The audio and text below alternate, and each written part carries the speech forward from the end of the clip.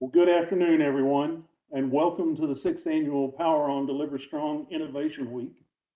I'm Roger Stevens, and I'm a Performance Management Consultant Lead in the Benchmarking Wing of the PODS Competency Center.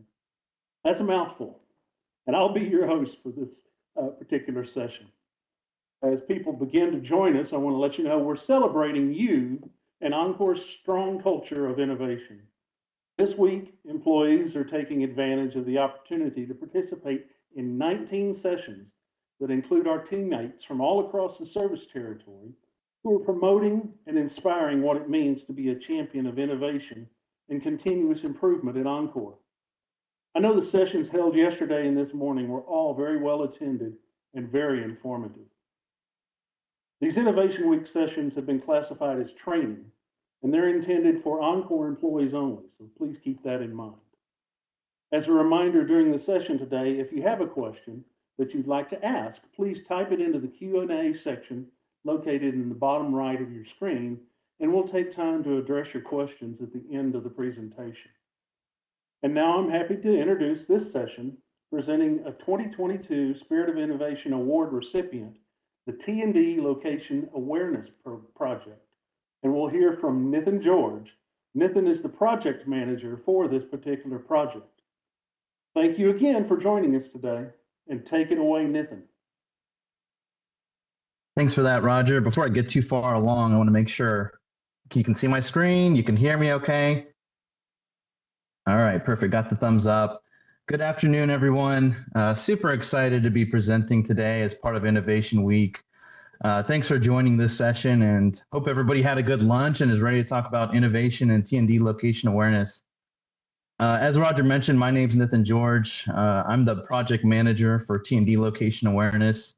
I'll be your primary presenter today for the session, but I am happy to be joined by a couple folks from our team. First off, we have James Finley. He's the transmission line lead, serves a major role in our project. Removing obstacles, helping us through all the different challenges that we ran into during implementation.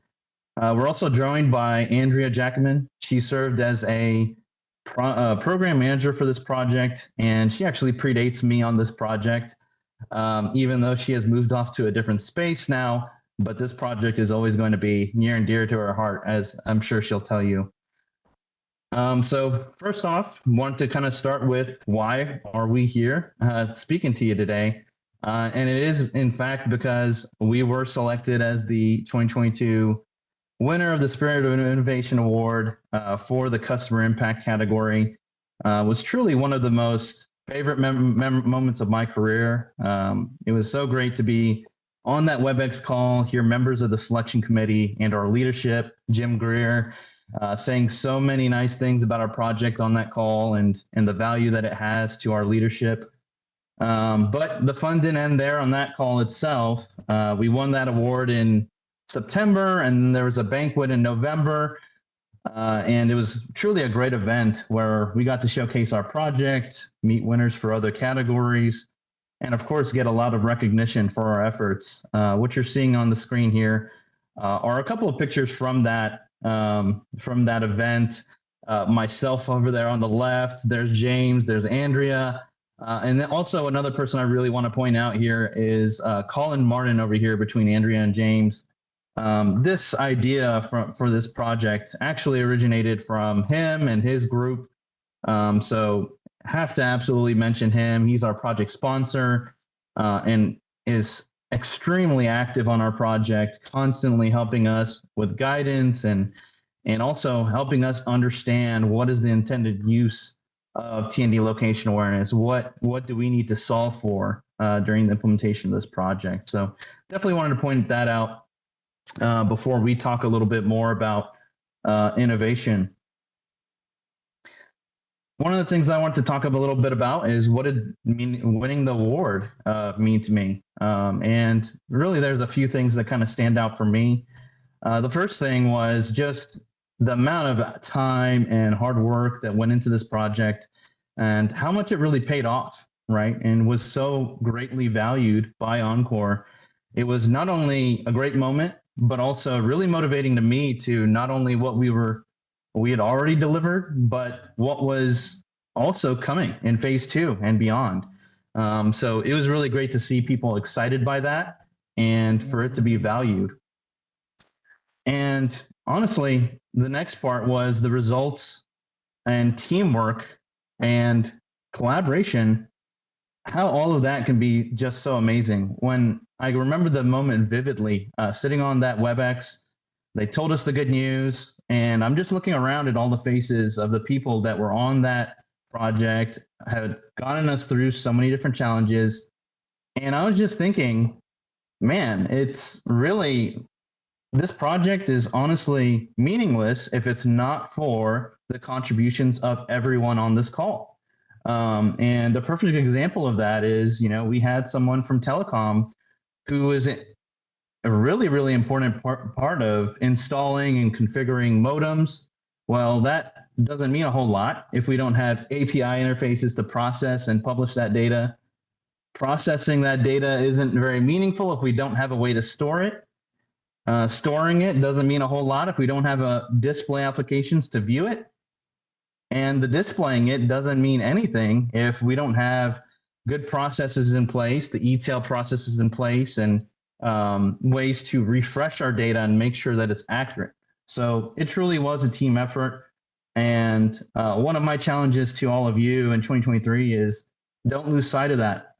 It's really easy to get wrapped up in individual tasks and accomplishments, but don't lose sight of the importance of teamwork and collaboration.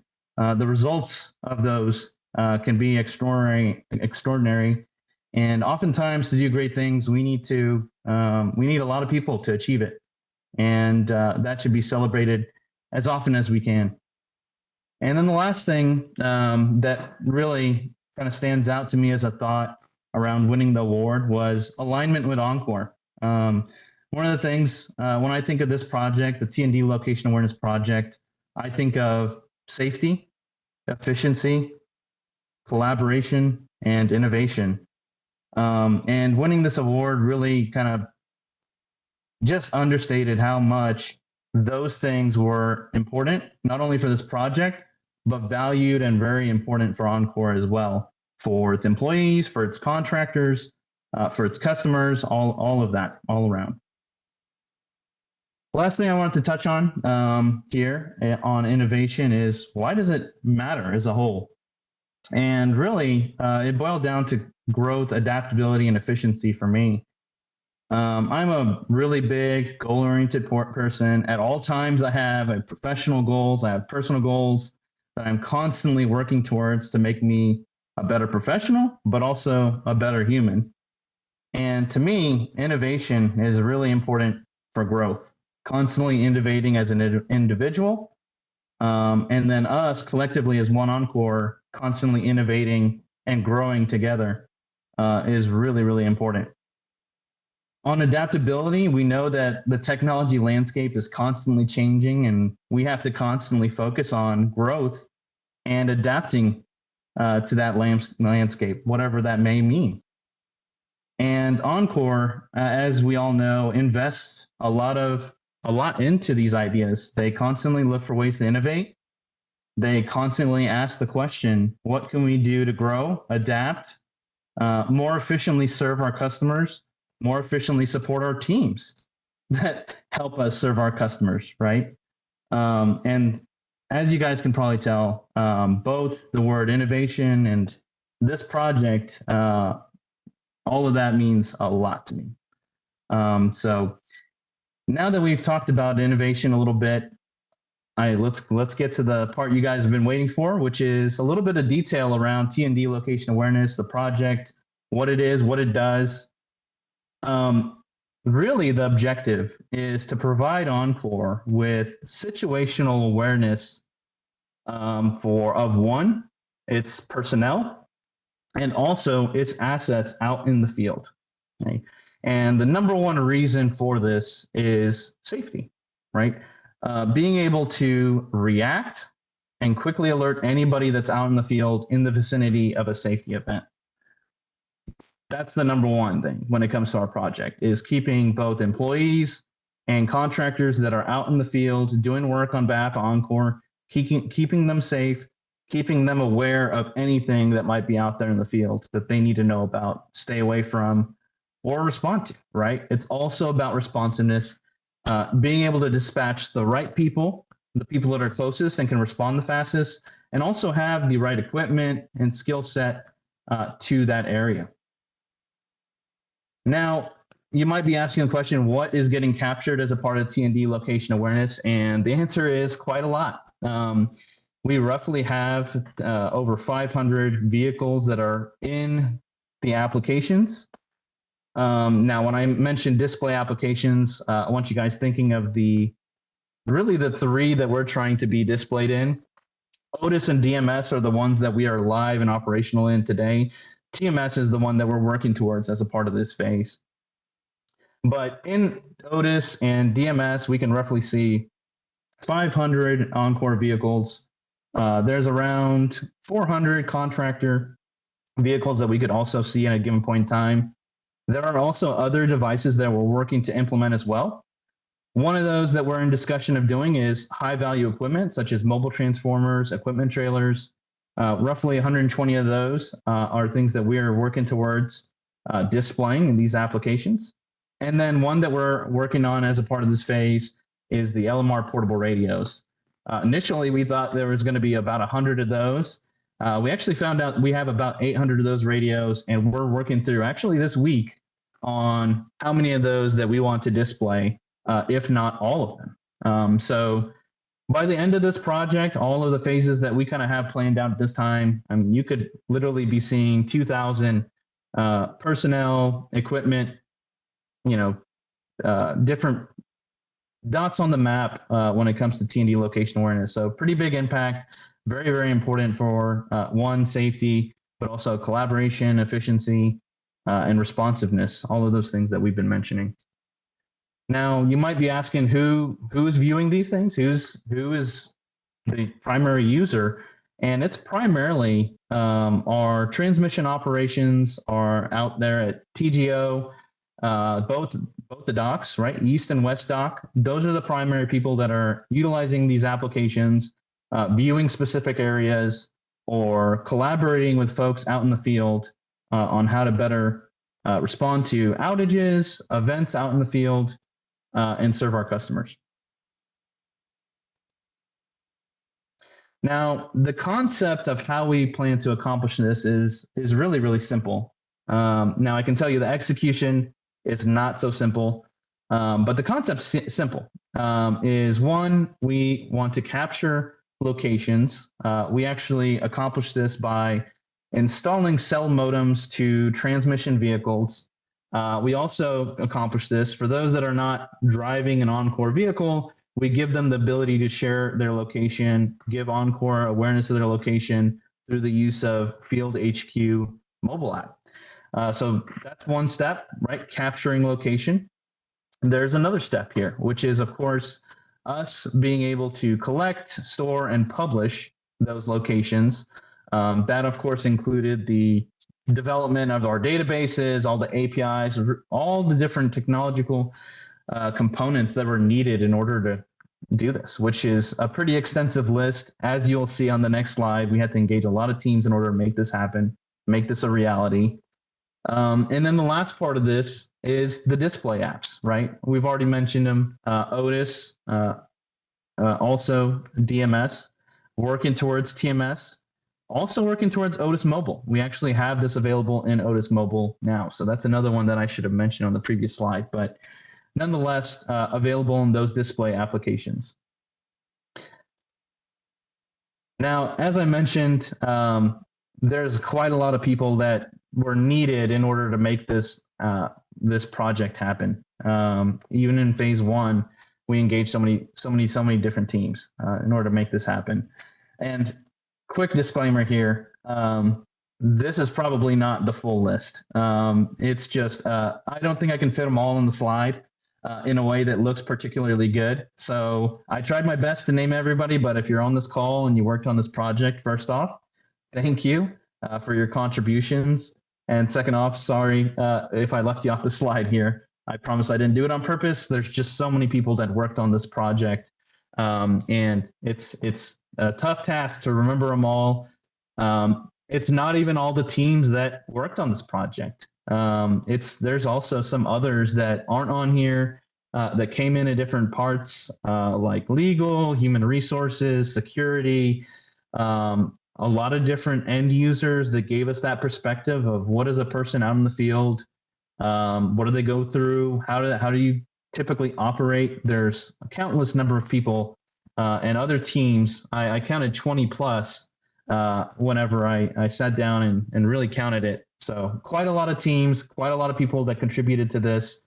I won't go through the entire list, but I mean, there's just so many people that contributed to this, and even in a small way. And if you did work a ticket, answer an email, meet with me or anybody on this team, thank you for helping us bring this to reality and continue to work on this and develop this further. Now, there's one thing I kind of want to show you before we jump into the live demo portion of this, and that is the Field HQ app. It's already an existing application. We didn't develop the app as a part of this project, but we did add a key part of this to be able to display contractor locations on our display applications there. And that's the share location toggle that you see right there below the map there. You can see the share location toggle, very, very simple add to the Field HQ app. And the reason we needed this is not everybody has an Encore vehicle, right? We have contractors that are driving their own company vehicles, and it doesn't seem feasible to install cell modems, very expensive cell modems to contractor vehicles. So what we needed to do is we needed a way for these contractors who are working on behalf of Encore to also be able to share their location, give Encore that situational awareness, so that they also get alerted whenever they're in the vicinity of a safety event, right? Keep them safe as well. So that's what we did. We developed an app or a feature on an app that gave them this ability to have that situational awareness. And that's where the shared location toggle was born. And it's very simple usage. And now we're actually going to jump into the display applications and give everyone a look at what it looks like, what we can do, how it gets used, those types of things. So give me a moment to switch gears here. And there we go. So what we're looking at now, and Roger, give me a thumbs up. Are you still seeing my web application? All right, good. Didn't want to be talking while I'm still in PowerPoint there. So just wanted to make sure. What you guys are looking at is Otis, right? And this is one of the display applications that we'll look at today. And this is what it looks like when you log in. If you're wondering where the T&D location awareness layer is, it's actually over here. You can look at the layer list and transmission vehicle location info. That's the layer that we're looking at there. So if you're an Otis user and you just never heard of our project and you're wondering how to access this, that's where you go. And instantly right there on the map, you're seeing a lot of different vehicles on the map there. If you're wondering what those icons mean, there's a little bit of a legend here. The Encore looking truck is employees, and the left-facing truck is the contractor icon there. And one of the great things about this being viewed on the map is that there are so many different layers in the Otis application. There's so many before the implementation of T&D location awareness.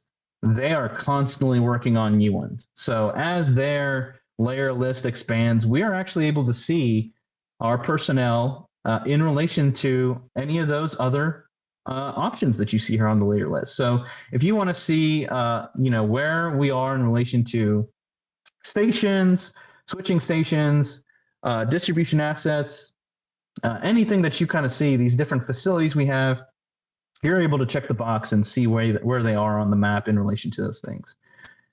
Even better than that, we can click on any of these icons, and this is where you can see the information about that particular person.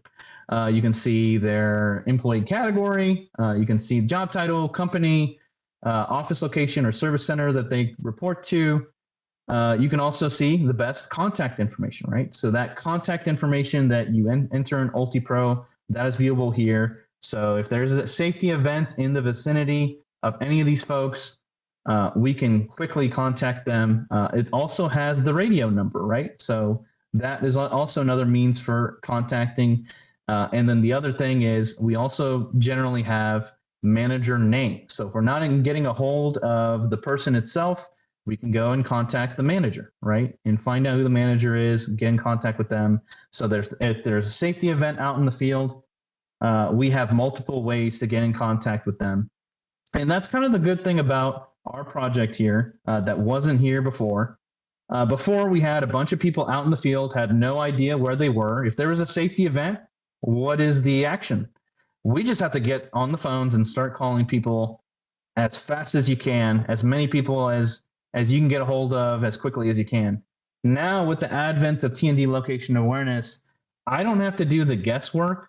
I can go zoom into a specific part of the map where there's a safety event, and I can start saying, okay, well, this person's in the area. Let me start and call this person and make sure that they stay away from this area or whatever the situation might call for. Even better, from a manager standpoint, there's an ability to filter on the map here. So, for example, if I want to go in and I'm a manager and I need to find out where all my folks are, well, I can go in and say, well, I want to find where all my folks are out in the field, where they are in relation to this. I can go in, start typing the manager name, and find out where my folks are out in the field and say, okay, these people are pretty on the other side of DFW. I can start with the people that are closest to the safety event and just ensure their safety out in the field in relation to anything that might happen out there. Now, you can filter on pretty much any of those attributes that you saw there. That's just one use case there that we've definitely heard of. And one of the cool things about this, we are currently only seeing this for transmission vehicles. So these are the 500 transmission vehicles that you're seeing right now. We are currently working on adding in distribution vehicles. As we mentioned, we're getting closer and closer on being able to show LMR portable radios. Some of these records that you see, especially a lot of these contractor ones, are from the Field HQ app that we showed there. So they're sharing location using that app, nice and easy. They can turn off the app when they're done with work, and they drop off the map. So pretty simple concept. That is Otis, and I'd like to go ahead and jump to our other display application that we're going to show today, which is DMS. And this is specifically DMS reports. We are available in iNet as well as iDispatch, but DMS reports is the one that I have access to and can show you here today. Same concept here. Once again, we can show vehicles on the map against any of these things that we can check, right? So substations, work orders, outages, all of those things we can see who's the closest person if we want to see who can respond the fastest, or if there's a safety event, once again, we can see who's closest to it and contact that person first. Now, one thing that you'll notice that's a big difference between DMS and Otis is it's not as clustered here. That is because you'll notice there's an icon there that shows us the number of trucks that are in that little area. And as we scroll in, I'm doing this kind of slowly here, you'll see those actually turn into an individual truck there.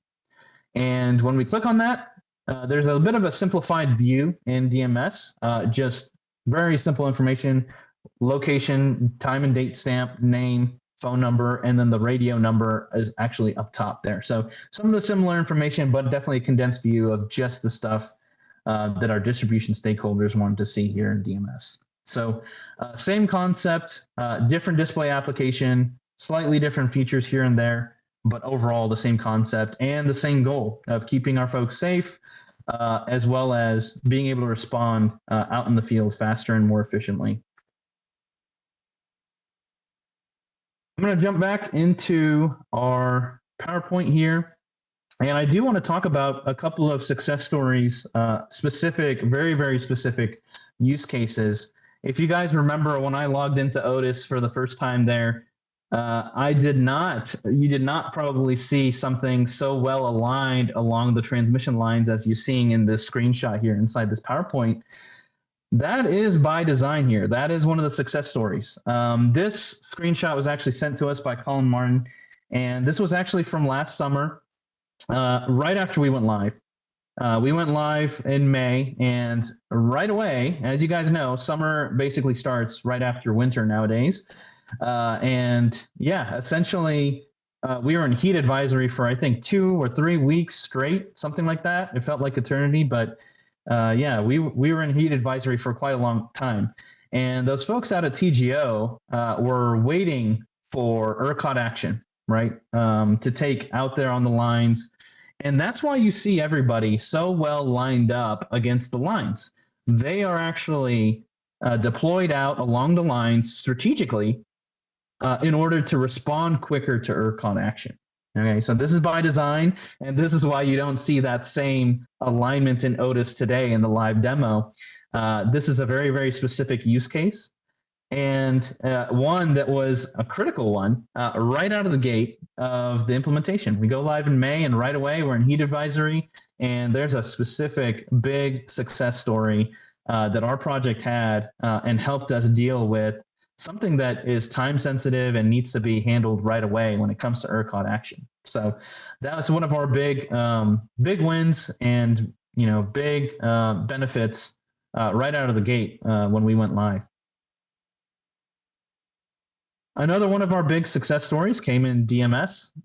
This is actually a screenshot that was sent to us by Alex Machoka. He's part of our steering committee and provides us unbelievable guidance throughout our project and decision making throughout our project. He actually sent this and told us a story about another kind of not even our primary benefit. He sent us this portion of the map and said that our folks, this is a dead zone. There was no cell service in this area. No ability to contact these folks and connect with these folks and email.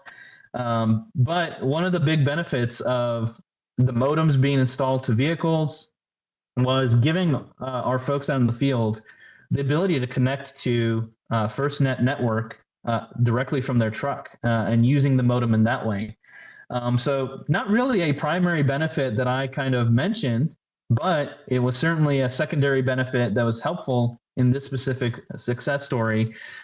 Instead of not being able to contact these folks at all, we actually can reach them, and they also have access to the FirstNet network and able to connect while they're out there in this area. So previously some areas that do not have any internet or service, some of them were really helped out by the installation of these modems. Now that we've gone over, I guess, the TND location awareness project, what it looks like, and some success stories, some use cases, I did want to kind of just highlight the benefits. And if you've been paying attention to this point, you definitely know that safety has probably come out of my mouth 10, 15 times, 20 times. It's because it's number one. When it comes to safety of our employees, safety of our contractors, that's the number one reason behind this project.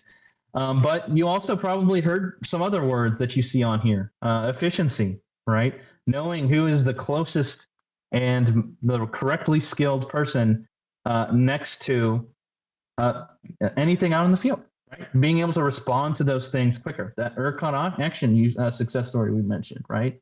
It also helps when it comes to contacting the right person, right, at the right time. Instead of going in a random order, we now know, okay, this is the person closest, and this is the order I should go. That is also speaks to efficiency that we're talking about here. Also improves communication, right? We were also, we just highlighted it about how there were people that were in specific dead zones had no ability to communicate. Email, a phone, didn't matter. No access to these people until they got to a spot that had service again. So it improved communication. It also allowed people to align a little bit better, as you saw from that first example, when it came to these situations and say, hey, I need you in this area. You're in this area. I need you in this area. Just being able to collaborate a little bit better, communicate a little bit better than previously possible. Speaking of the collaboration, you saw all those teams, the 20 plus teams that had some sort of role in this project, whether it was a huge one or just simply helping us with a small piece of it. It also has helped, collaboration across many different business units at Encore. Transmission, you're already hearing about transmission distribution, but there's so many others, including system operations, technology as a whole, and just business operation services. There's so many different business units that this has an impact on, and really it kind of goes towards more of us operating as one Encore more efficiently and effectively. The bottom line, it's improved our situational awareness when it comes to our personnel, our assets out in the field. It's helped us reduce costs in a lot of ways, drastically enhanced safety, and made our operations a lot more efficient, delivering to our customers, responding to outages, and also support of our operations. I did want to highlight kind of two things here. One is what has already been delivered, which is the phase 1 functionality.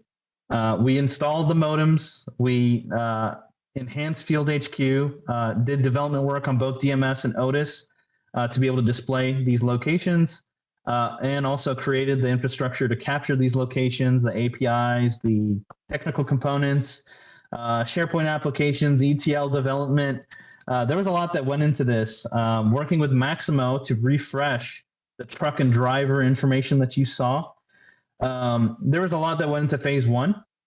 But by no means is it an end product. It's only the beginning. It's only the foundation of T&D location awareness.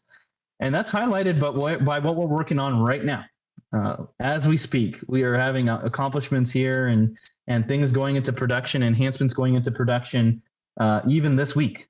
And some of those things that I'll highlight, definitely, again, not an exhaustive list. I don't like getting into exhaustive lists here, so I always throw in that disclaimer when I can. But a couple of things that are coming in this phase are additional devices, right? Distribution vehicles, LMR portable radios. We also have new display applications, Otis Mobile. I'm not sure I can call this a future one anymore because we are live in production on Otis Mobile with what was delivered in phase 1 there. So if I could, I'll just kind of put a little check mark here about we're continuing to develop this component of it. New display application in TMS, as I mentioned, and also these additional devices, those first 2 bullets there in the existing display applications as well. Otis, DMS, Otis Mobile, like I mentioned. One of the kind of newest additions to our scope for phase 2 is the proximity indicator for transmission assets. You might hear it called PETA, the PETA requirements. If you hear that mentioned, that's what that's referring to. It is an indicator that will actually show us whenever a personnel is approaching a facility, such as a substation or transmission line. It's a pretty complex feature where we're doing calculations on proximity constantly in order to display, okay, this person is close to this asset, into just providing better information out to TGO and both East and West dock. Primarily TGO, though. This is from a transmission standpoint. So TGO primarily. A few things that are on our backlog here in the future works. Scene integration. So if any of you have used Scene to check in and check out of a station, we are working towards integrating with that and delivering additional value there.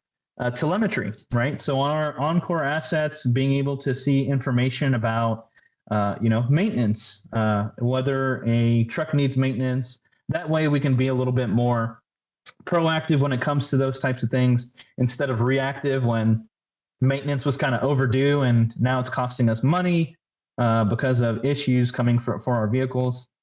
And then last thing that I'll mention, it's certainly not the only thing. There are some things not listed here that I'll also mention, but historical location viewing in Otis, that is something that we're working towards. We're also working towards historical location viewing for the PETA requirements as well.